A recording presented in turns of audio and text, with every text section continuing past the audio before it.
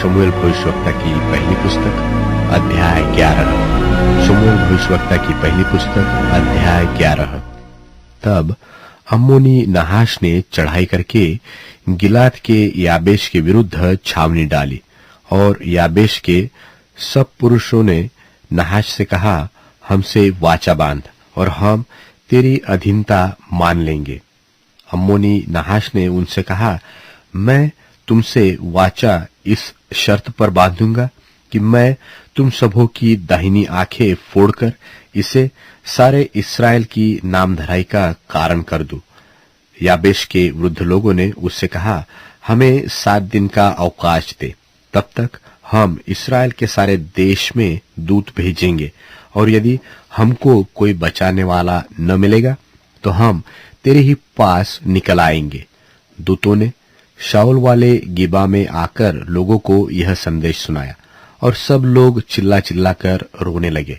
और शाऊल बैलों के पीछे पीछे मैदान में चला आता था। और शाऊल ने पूछा, लोगों को क्या हुआ कि वे रोते हैं? उन्होंने याबेश के लोगों का संदेश उसे सुनाया। यह संदेश सुनते ही शाऊल पर परमेश्वर का आत्मा बल से उतरा, और उसका कोप बहुत भड़क उठा, और उसने एक जोड़ी बैल लेकर उसके टुकड़े टुकड़े काटे, और यह कहकर दूतों के हाथ से इस्राएल के सारे देश में कहला भेजा कि जो कोई आकर शाऊल और शमूएल के पीछे न हो लेगा, उनके बैलों से ऐसा ही किया जाएगा। तब यहोवा का भय लोगों में ऐसा समाया कि वे एक मन होकर निकल आए। तब उसने उन्हें बेजेक में गिन लिया, और इस्राएलियों के 3 लाख और यहूदियों के 30 लाख ठहरे। और उन्होंने उन दूतों में से जो आए थे कहा, तुम गिलाद में के याबेश के लोगों से यो कहो कि कल धूप तेज होने की घड़ी तक तुम छुटकारा पाओगे। तब दूतों ने जाकर याबेश के लोगों को संदेश दिया, और वे आनंदित हुए।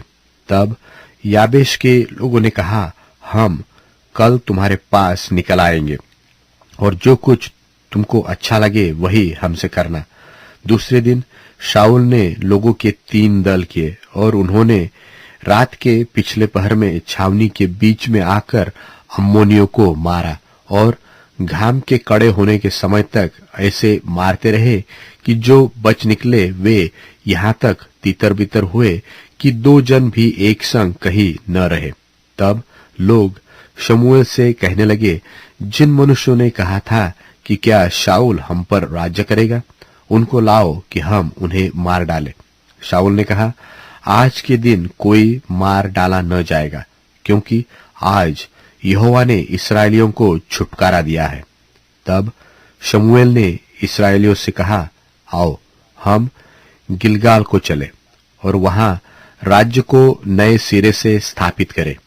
तब सब लोग गिलगाल को चले, और वहां उन्होंने गिलगाल में यहोवा के सामने शाऊल को राजा बनाया, और वही उन्होंने यहोवा को मेलबलि चढ़ाया, और वही शाऊल और सब इस्राएली लोगों ने अत्यंत आनंद मनाया। लोगों